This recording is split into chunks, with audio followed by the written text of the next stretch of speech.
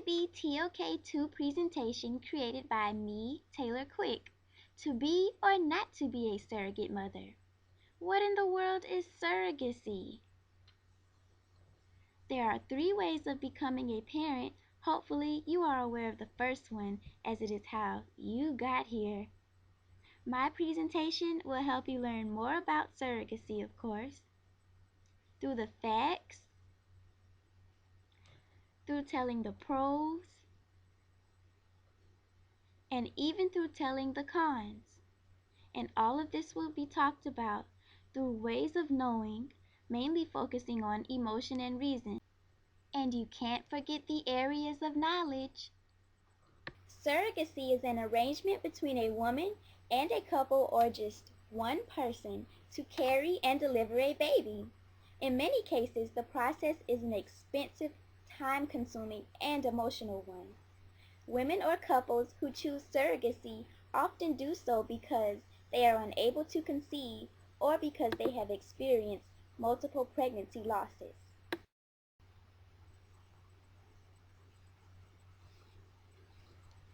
Did you know that it's a controversial process, not legal in all states? There are 4 types: gestational, traditional, commercial, and altruistic.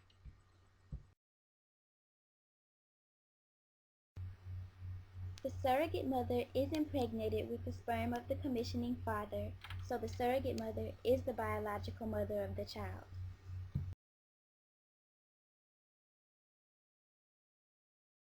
The child is conceived through in vitro fertilization using the wife's eggs and her husband's sperm, and the resulting embryo is implanted into the surrogate mother.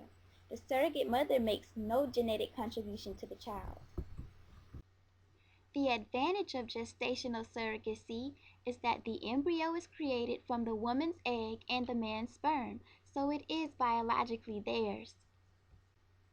During altruistic surrogacy, the surrogate mother receives no financial reward, but during commercial surrogacy, cha-ching!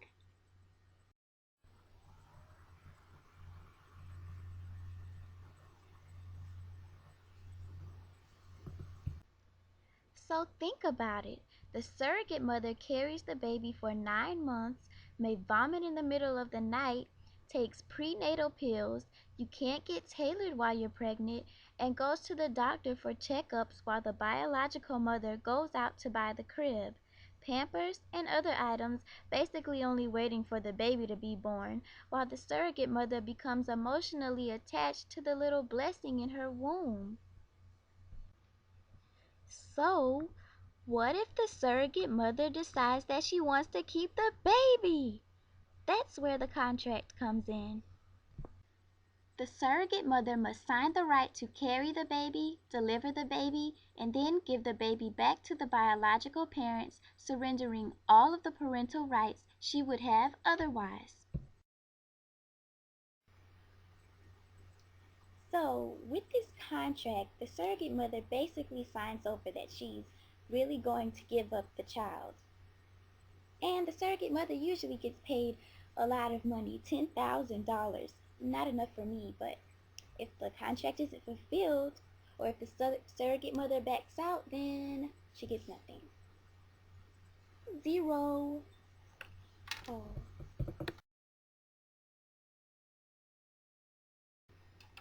Well, the emotion of the surrogate mother is not given any consideration before the agreement or even after the agreement.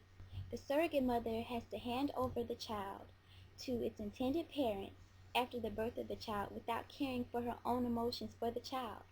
And it would be wrong to say that it is illogical to believe that the child will find more affection from the mother who has felt no physical pain in the bearing of the child for the mere reason that the child is genetically hers.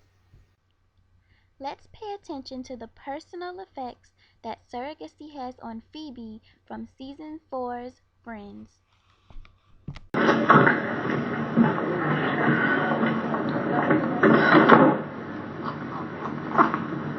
So here you are.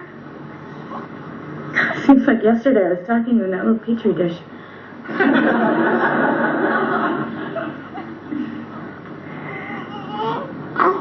Everyone said labor was the hardest thing I'd ever have to do, but they were wrong, Mrs. Well, I had the most fun with you guys. And I wish I could take you home and see you every day. Okay, I'll settle for being your favorite aunt. I know Alice's sister has a pool, but you lived in me.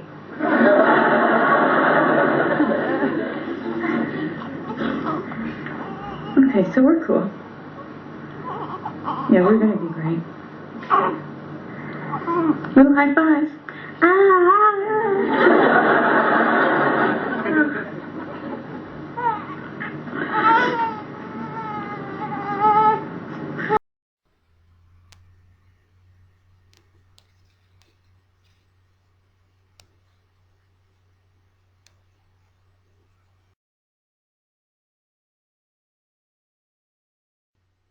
Teased and tormented by friends? How rude!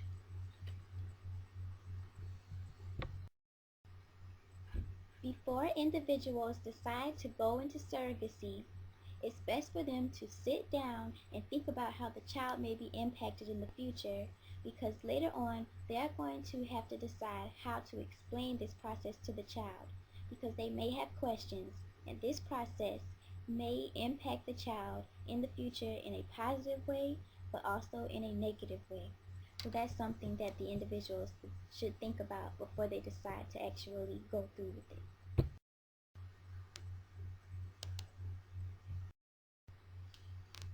When surrogacy first came about, it was created to help people who maybe couldn't have children.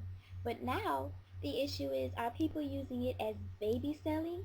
Are people actually having babies to pay their mortgage? If you look at it in that perspective, surrogacy is not a positive way at all, and I would totally disagree with it. Some people are even calling it womb for rent. Let's take a look at what this military mom has to say as she uses the surrogate money to pay for her son's autism treatments. A military salary only goes so far. So while husbands serve overseas, some military wives are making extra money at home by having babies for couples who can't conceive. And being a surrogate pays pretty well. Dawn Dell is a surrogate mom, military wife, and she is featured in Newsweek's cover story this week. She joins us now. Thank you for being with us. Thank you. Well, first off, why would you do it? It honestly was something that was just on my heart. After I had my first boy, I just decided, since pregnancy was easy for me, that I would love to help a family who couldn't have a baby by themselves. Mm-hmm. And I understand that your eldest child, you have two children, your eldest has autism, and so the money that you are able to make from being a surrogate mom, you're going to use to help with his care, correct? Yes, he is in a lot of therapies, and he is doing really well, so we're just going to try to keep on with that and add some more private therapies, as well as add some things into our home that can help him have therapy on a daily basis. Isn't it difficult to carry a child for 9 months and then turn it over to someone else?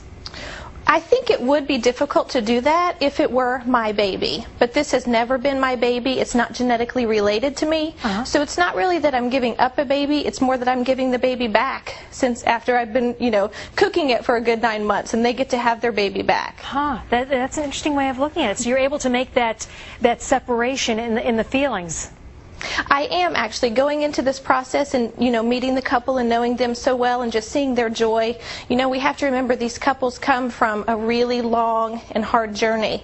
And our agency, the Center for Surrogate Parenting, doesn't allow any couples to use a surrogate unless they have a medical reason. So they've had a lot of disappointment. So to see their joy and, they're amazed that I'm carrying twins. They just can't believe it. So there would be no way that I could ever even consider anything but their feelings in this. What did your husband think about this? Who came up with the idea, and how lucrative is it? I mean, are you able to make more than he does? It was my idea initially. As I said, I thought I would do it for a few years before I actually said it's time to pursue it. I felt the time was right. And my husband's very supportive. He was a little bit leery at the beginning, of course, but again, once he met the couple and he realized that they care about me just as much as they care about these babies, and they've taken such good care of us this whole time, and they ask about us. They don't just ask about the baby, so that was wonderful. As far as the compensation goes, I'm not making more than him. Although again, the money we are using it, we're thankful for that to help our son. Many people have thought about the process as being something women take advantage of. Yes, this is sometimes true, and of course, the media is only going to focus on the cons, but what they should also focus on is the thousands and thousands of women who do it out of the kindness of their heart. Some look at other women who cannot have children and they feel sorry for them, and they only want to help. It's not always about making money. Sometimes surrogacy is compared to adoption. I think, like, why go through all the trouble of having children like that? Why don't you just adopt? There's so many other children that need mummies and daddies. Why don't you adopt? It's just that simple, okay? This is true, but sometimes people just want a child who is biologically theirs.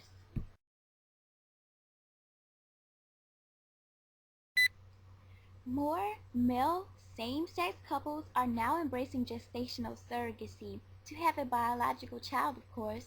This brings up the issue of who's your daddy? Society still makes it hard in accepting gay fatherhood, but in the future there will probably be a whole lot more lifestyles like this. Men are realizing that with all this support, I don't want to adopt a child. I can have some of my own genetic material. Some families think that just because their son is gay, that they cannot become a grandparent. But now, you sure can. Oh, Mr. Son.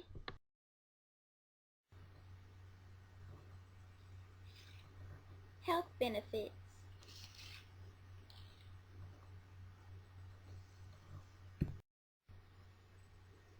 An intended mother may also choose to go through surrogacy because of a genetic illness that they may carry. Some mothers who have any medical issues such as diabetes or kidney disease may go through a full-term pregnancy that could be life-threatening for her and the unborn child. So surrogacy could give the couple an opportunity to have a partially biological and healthier child. For many couples, they simply wish to have a child that is biologically related to one or both of them, and surrogacy is the option that makes that possible. Also, in the event that the couples decide to pursue surrogacy for a second or maybe even a third time, this gives them the opportunity to have a child that would be biologically related to them as well as to their siblings. What do you think about surrogacy? Would you want to be involved? Though it may seem like a tedious process, you have possibilities of becoming a parent in the end. Thank you, and this concludes the presentation.